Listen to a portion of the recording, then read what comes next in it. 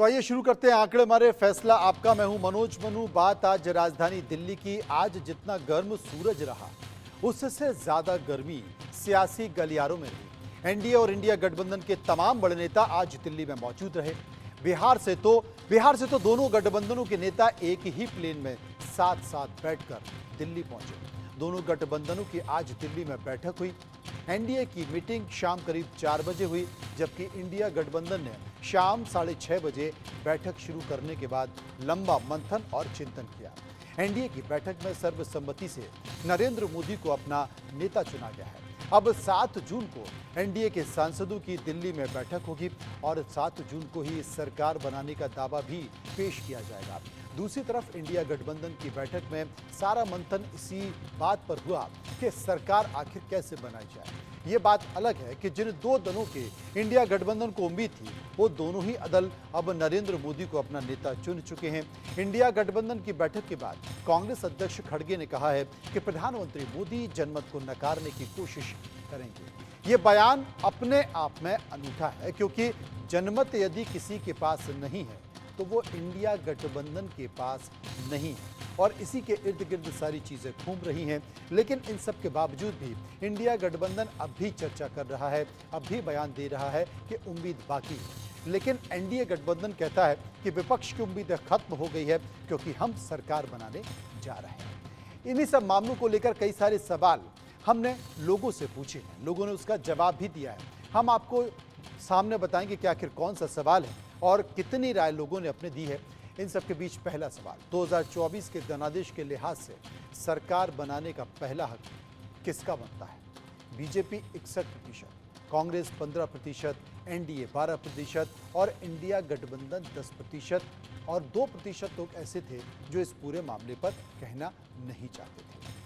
इसके साथ साथ कुछ और भी सवाल हैं और उसकी कुछ राय है, लेकिन हमारे साथ कुछ मेहमान जुड़ रहे हैं, उनसे चर्चा कर लेते हैं। शाइना एनसी जो कि प्रवक्ता हैं बीजेपी की, सारिका सिंह प्रवक्ता कांग्रेस, विजय राठी प्रवक्ता Samajwadi Party, Mayank Kumar Sinha political advisor और हिमांशु त्रिपाठी जो कि सीनियर जर्नलिस्ट है।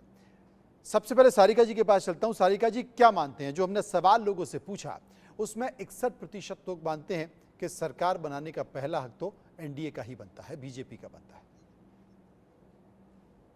देखिए, इसके बारे में मैं स्पष्ट तौर पर ये कहना चाहूंगी कि अगर आप आंकड़ों की बात करें तो 272 का जो आंकड़ा है और जिस तरीके जो है वो अगर आंकड़े की बात करें हम, तो उस हिसाब से एनडीए 292 के अराउंड पहुंचा है। तो उनको सरकार बनाने का अगर आंकड़ों के आधार पर हम जाते हैं तो उनका अधिकार बनता है। लेकिन अगर हम नैतिकता की बात करते हैं तो जो ये 400 की बात कर रहे थे और बीजेपी अकेली 370 पार की बात कर रही थी, तो उस नैतिकता के आधार पर मैं नहीं मानती कि इनको सरकार बनाने का किसी भी तरीके का कोई भी अधिकार है या इनको बनानी चाहिए। ऐसा मेरा व्यक्तिगत मयंक कुमार सिन्हा हमारे साथ है। मयंक, आप क्या मानते हैं?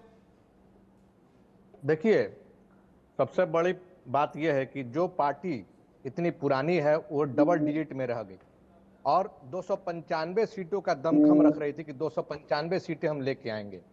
और देखिए, ये लोग इतना हतोत्साहित हो गए हैं मोदी जी की लोकप्रियता से कि औरों की ख्यालत की लेते नहीं है तलाशी और अपने गिरबान में झांका नहीं जाता।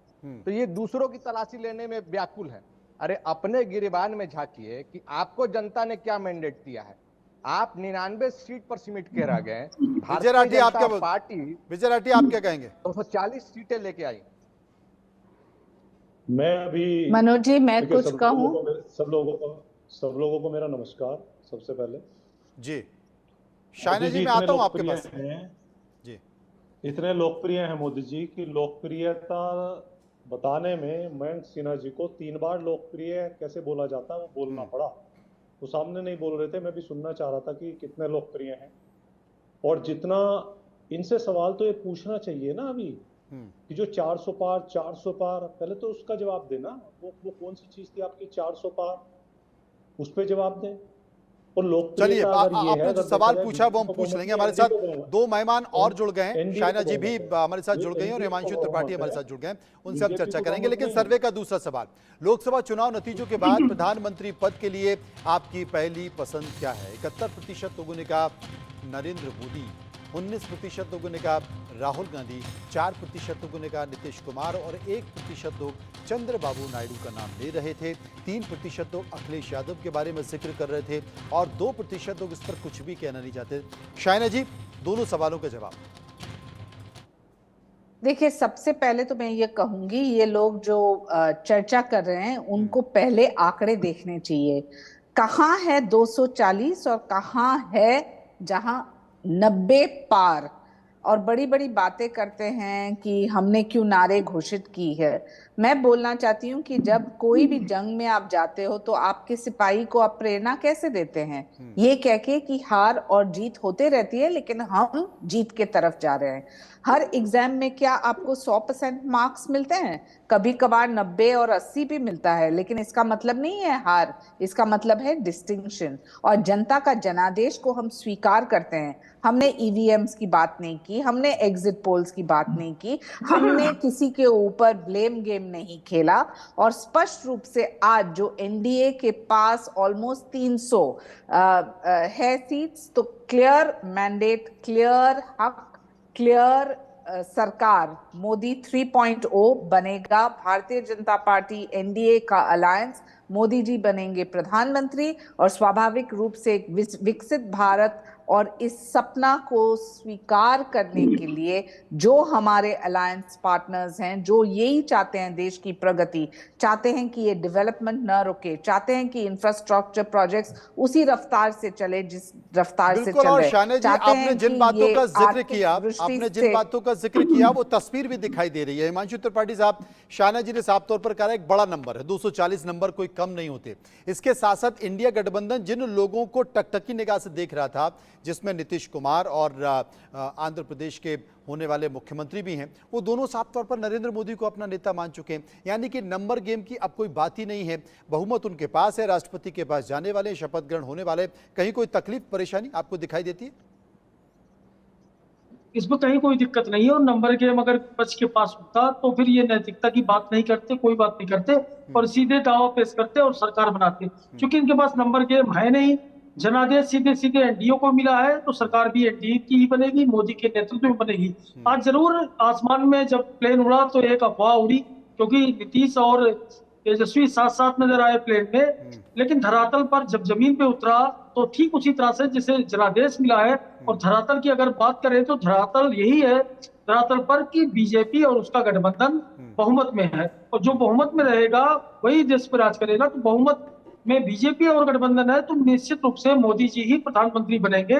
विपक्ष जो चाहता था, जिस तरह इन्होंने 400 पार का दावा किया था, वही तमाम सभाओं में अखिलेश यादव भी ये कहते थे।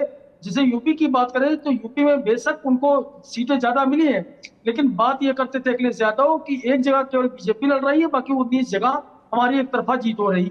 ये तमाम प्रेस वार्ता में अखिलेश यादव ने कहा है और एक जगह मेरी मौजूदगी में भी कहा है। तो नैतिकता की बात यहाँ नहीं आती, दावे सब करते हैं। अब उसका रिजल्ट जो है, रिजल्ट सीधे सीधे एनडीए के साथ है और सरकार के लिए जो आंकड़े चाहिए वो आंकड़े एनडीए के पास है, इसलिए पीएम मोदी बनेंगे, इसमें कोई लेकिन संशय तमाम नहीं। सारे सवाल चल रहे हैं, तमाम सारे सवाल इस बात को लेकर चल रहे हैं कि भाई क्या बिहार में मुख्यमंत्री नीतीश कुमार नहीं रहेंगे? क्या नीतीश कुमार डिप्टी पीएम की बात कर रहे हैं? इसी से संबंधित एक सवाल हमने पूछा था कि एनडीए सरकार में अगर डिप्टी पीएम बनाया जाए तो आपकी पहली पसंद क्या हो? 38% लोग नीतीश कुमार का नाम ले रहे थे, 14% लोग चंद्रबाबू नायडू के बारे में जिक्र कर रहे थे और 34% कह रहे कि कोई नहीं, और 14% लोग कह रहे हैं कि इनमें से कह नहीं सकते कि क्या होगा क्या नहीं होगा। हमारे साथ जेडीयू के नेता और प्रवक्ता भी मौजूद हैं, उनसे हम चर्चा कर लेते हैं। मयंक साहब, ऐसी कोई उम्मीद है क्या? मैं टीवी नहीं, देखिए, नैतिक मूल्यों के साथ हम लोग ने कोई समझौता नहीं किया है।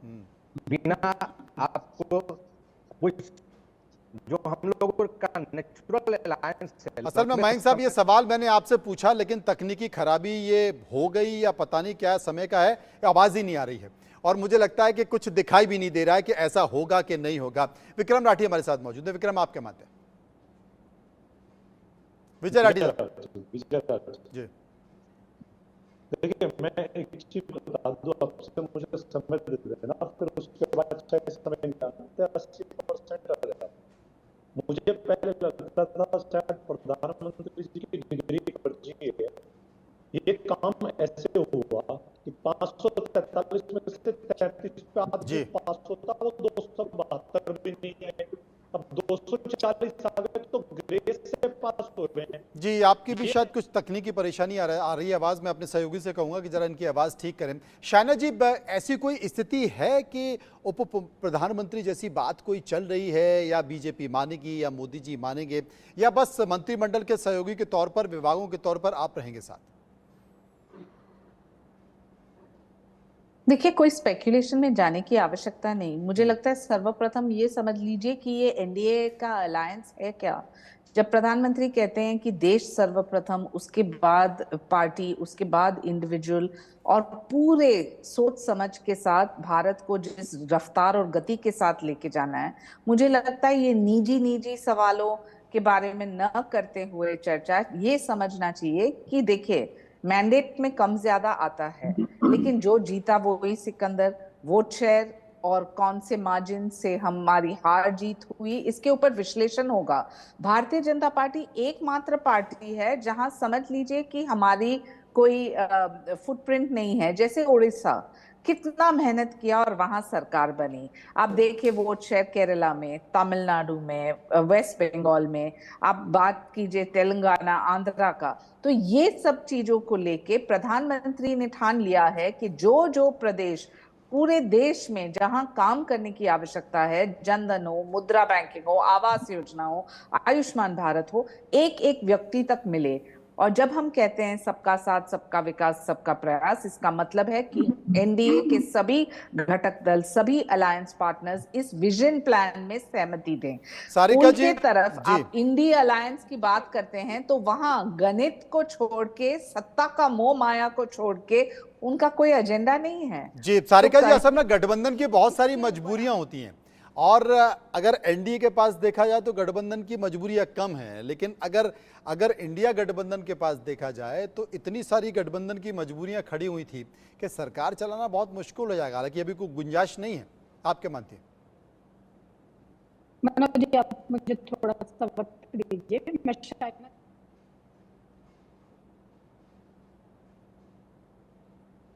सारिका जी, आपकी आवाज़ तकनीकी परेशानी आ रही है। मैं अपने सहयोगी से कहूँगा कि सारिका जी की आवाज़ ठीक करें। हिमांशु जी, आप क्या मानते हैं? गठबंधन की अपनी मजबूरी है।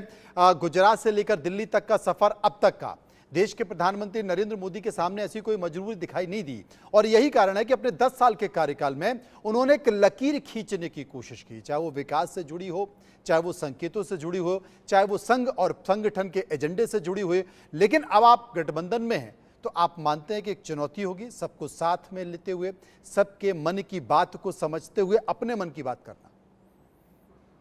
नहीं, इसमें बहुत ज्यादा चुनौती नहीं आने वाली, क्योंकि बहुत ज्यादा कमजोर नंबर नहीं है बीजेपी का, तो ऐसे में कोई बड़ी चुनौती नहीं आने वाली है। और जब बीजेपी पूरी तरह से अपने आप जो है बहुमत में थी, फिर भी वो बीजेपी ने सहयोगी दलों को मंत्री बनाया और पूरा का पूरा सम्मान दिया। तो इस अतीत को याद करते हुए सहयोगी दलों को भी ये मालूम है कि अगर बीजेपी को हम छोड़ेंगे नहीं, तो आज नीतीश कुमार की जो शख्सियत है, जिस तरह का उनका पूरा ट्रैक निकाल रहा है, तो नीतीश कुमार को ये अच्छी तरीके से मालूम है कि हम विपक्ष की तरफ अगर जाएंगे तो भी कुछ नहीं होने वाला है, क्योंकि उनका नंबर काफी कम है। तो ऐसे में उप प्रधानमंत्री का कोई सवाल नहीं उठता। सीधे सीधे जिस तरह सरकार चल रही थी उसी तरह चलेगी। हाँ, जरूर थोड़ा बहुत मंत्री कैबिनेट में पिछली बार जो है साइडलाइन थोड़ा किए गए थे, तो उसमें मंत्रालय हो सकता है एक आध। मैं कुछ कहना चाहती हूँ मांगे नीतीश कुमार जी, मैं आपके पास आता हूँ शायना जी, लेकिन सर्वे का एक या। सवाल ले लें, उसके बाद फिर मैं आपके पास आता हूँ। सर्वे का जो सवाल है वो सवाल था कि जनादेश के लिहाज से क्या इंडिया गठबंधन को सरकार बनाने की कोशिश करनी चाहिए? 55% लोगों ने कहा हाँ, और 43% लोगों ने कहा ना, और 2% लोग ऐसे थे जो उसमें से किसी भी विकल्प को चुनना नहीं चाहते थे। शायना जी, गणित कहाँ बैठता है? सर्वप्रथम जो आपने चंद्रबाबू नायडू और जेडीयू की भी बात की, तो 28 भी जो इंडिया अलायंस को, तब भी इंडिपेंडेंस को भी जोड़ें तो भी नहीं बनता है। मैंडेट जनादेश दिया है मोदी जी को, क्योंकि 240 पे एक तरफ और 99 के ऊपर एक तरफ, तो आप देखिए कि क्या है मैंडेट और क्या है नंबर्स। और भारतीय जनता पार्टी कोई मोदी जी खुद स्वयं कोई रिस्क नहीं लेने वाले हैं। जहां बहुमत है इसलिए उन्होंने आगे बढ़ के, और देश की जनता चाहती है कि वो प्रधानमंत्री बने। उन्होंने एक गलत काम नहीं किया, एक भ्रष्टाचार का आरोप नहीं। नहीं, लेकिन एक चुनौती तो शायना जी रहेगी ना। एक चुनौती, he was a man on a mission and is a man on a mission. एक चुनौती तो शायना जी रहेगी, क्योंकि आंध्र प्रदेश में चंद्रबाबू नायडू अपने मैनिफेस्टो में इस बात का जिक्र करते हैं कि सत्ता में आए तो मुस्लिमों को 4% आरक्षण देंगे, और देश के प्रधानमंत्री चुनावी सभा में ये बात कहते हैं कि जब तक मैं जिंदा हूं मुस्लिमों को आरक्षण नहीं मिलने दूंगा। तो कहीं ना कहीं विरोधाभास तो नजर आता है ना। अब उसको कॉमन मिनिमम प्रोग्राम में किस तरीके से ढाला जाएगा, ये अपने आप में एक बड़ी चुनौती है। देखिए, एनडीए के पास हमेशा एक कॉमन मिनिमम एजेंडा रहा है और हमेशा रहेगा। रही बात अब विपक्ष की बात करें, हम खुद चाहते हैं कि देश में एक विपक्ष हो, स्वागत है उनका, लेकिन सिर्फ नकारात्मक सोच को लेके, सिर्फ सत्ता के मोह माया के लिए सब लोग एकजुट आए, कहें एक हफ्ते आप प्राइम मिनिस्टर, एक हफ्ते आप प्राइम मिनिस्टर, तो ये भारत के लिए होता क्या है? जिस रफ्तार से प्रगति हो रही है, 11वें नंबर इकोनॉमी से 5वें आना, 5वें से तीसरे के तरफ जाना, इसके लिए एक एजेंडा के साथ टीम वर्क की आवश्यकता है। और इस टीम लीडर में मोदी जी से बेहतर कोई नहीं पूरे देश में। ये बड़ा बात है। एक और सवाल बड़ा महत्वपूर्ण है, उस सवाल की भी चर्चा कर लेते हैं कि आपके मुताबिक राहुल गांधी को किस संसदीय सीट से इस्तीफा देना चाहिए। 32% लोगों ने कहा रायबरेली से, और 53% लोग मान रहे थे कि वायनाड से, 15% लोग इस पर कुछ भी कहना नहीं चाहते थे। हिमांशु हमारे साथ मौजूद हैं। हिमांशु साहब, प्रेस कॉन्फ्रेंस में यही सवाल पूछा गया था, राहुल गांधी जवाब नहीं दे पाए। उन्होंने कहा कठिन है लेकिन मुझे सोचना पड़ेगा और सोच के फिर तय करूंगा कि मैं किस सीट से इस्तीफा दूं। बड़ी चुनौती होने वाली है। उत्तर प्रदेश आप छोड़ना नहीं चाहते, और वायनाड ने आपको 2 बार सम्मान दिया है, और इस सम्मान को आप क्या यूं ही ठुकरा कर चले जाएंगे? ये चुनौती बिल्कुल राहुल गांधी के लिए बेहद मुश्किल भरा सवाल है ये, क्योंकि एक तरफ अगर वो वायनाड छोड़ते हैं तो मुस्लिमों की नाराजगी उन्हें झेलनी पड़ेगी, दूसरी तरफ अगर रायबरेली छोड़ेंगे तो बहुत जमाने बाद जो है उत्तर प्रदेश में कांग्रेस की स्थिति, मतलब बहुत, कहाँ 1 सीट 2 सीट पाती थी, तो अब 6 सीट के आसपास पहुंचे हैं वो लोग। तो इतना बड़ा नंबर उनके लिए बहुत बड़ा नंबर, हालांकि 80 सीटें यहाँ है, तो उनके लिए बेहद कठिन है ये। और यहाँ भी अच्छी खासी जीत मिली रायबरेली में, ये माता जी की उनकी सीट है। तो मुझे जो लगता है, हो सकता है वायनाड छोड़ दें वो, क्योंकि वो यूपी में 80 सीटें हैं, तो उनके लिए यूपी ही ज्यादा बेहतर होगा, क्योंकि कहते हैं ना दिल्ली का रास्ता यूपी से जाता है। वो कोशिश करेंगे यहाँ, हालांकि जब टकराव आगे चल के लोगों के बीच टकराव भी हो सकता है, क्योंकि सीटें इनको ज्यादा मिले ऐसा संभव नहीं। जो सीटें इनको लड़ने के लिए मिली थी इस बार, इससे ज्यादा नहीं मिलेगी, क्योंकि अखिलेश यादव की पार्टी ने भी दमदार प्रदर्शन किया उत्तर प्रदेश में। तो अब बात यही आती है कि ये वायनाड छोड़ सकते हैं, क्योंकि उत्तर प्रदेश में सीटों की संख्या ज्यादा, और ये यहाँ से ही रास्ता जाता दिल्ली का, इसलिए हो सकता है ये जो है, चाहे परिवार जनों से परामर्श करके, हो सकता है ये छोड़ दें और वायनाड और रायबरेली को रखें। शायना जी, अब तो आप मानती हैं कि राहुल गांधी 2 जगह से पास हो गए। देखिए, पास हुए हैं, इसके साथ साथ हमेशा पास होना चाहिए।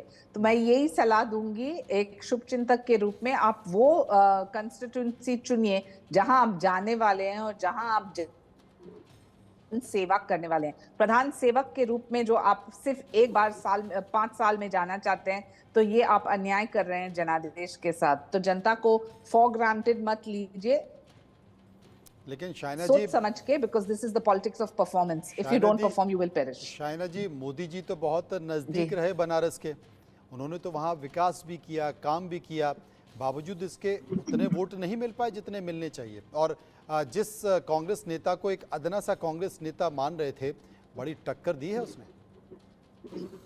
देखिए, आप बार बार ये बात करते हैं उत्तर प्रदेश को लेके, बहुत सारे सामाजिक समीकरण और गणित के भी समीकरण हैं, जहां समाजवादी पार्टी हो, बसपा हो, अन्य दल, आप जानते हैं कि कैसे डिवीजन ऑफ वोट्स होता है, तो भी 1.5 लाख से जीत के आए हैं। आप क्या चाहते हैं कि हर बार सचिन तेंदुलकर सेंचुरी पे सेंचुरी स्कोर करें, कभी कभार तो थोड़ा अप डाउन होता है, इसका मतलब फेलियर थोड़ी ना है। This is a legend and this is a legend in prime minister Modi. उन्होंने जो काम किया है काशी के लिए, बनारस के लिए, हम सब जानते हैं, हम सब जाते हैं और हम सब देखते हैं। अफसोस इस बात का होता है कि जब आपको एक विश्लेषण करते वक्त ऐसे पास फेलियर के भी वोट्स को लेके आप डिविजिव अप्रोच लेते हैं। You can not have a divisive approach. तो आपको नहीं लगता कि बनारस में इस तरह की चर्चा होनी चाहिए, या अयोध्या जहां पर आपने राम मंदिर बनाया,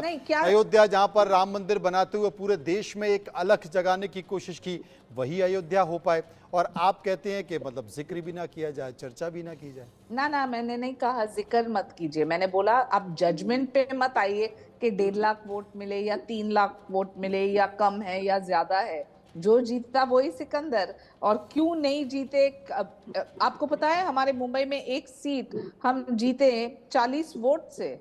क्या आप बोलेंगे कि ये जीत नहीं है, ये हार है? नहीं ना। तो इट्स डिफरेंट परम्यूटेशन कॉम्बिनेशंस जो हर एक जगह पे होता है। चलिए सर्वे का एक और सवाल ले लेते। 2024 के चुनाव में 400 पार का नारा क्या बीजेपी को नुकसान कर गया? 73% लोगों ने कहा हाँ नुकसान कर गया, 26% लोगों ने कहा नहीं, और 1% लोग इस पर कुछ भी कहना नहीं चाहते थे। हिमांशु त्रिपाठी।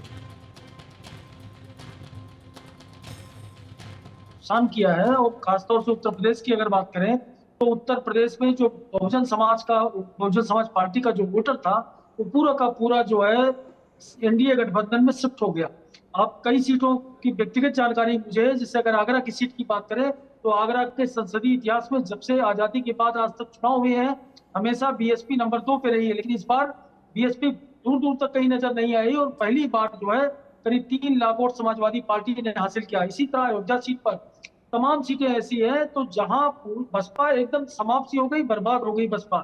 तो 400 पार का नारा और संविधान बदलने की बात, इस बात की अफवाह कहिए जो कहिए, अफवाह को जो है जन जन तक पहुंचाने में, खासतौर से बहुजन तक पहुंचाने में विपक्ष सफल रहा, और इसका खामियाजा बीजेपी को भुगतना पड़ा, और बसपा एकदम हाशिए पे आ गई, और बसपा का पूरा वोट बैंक शिफ्ट हो गया, जिसकी वजह से उत्तर प्रदेश की तमाम सीटें समाजवादी पार्टी ने जीत ली है।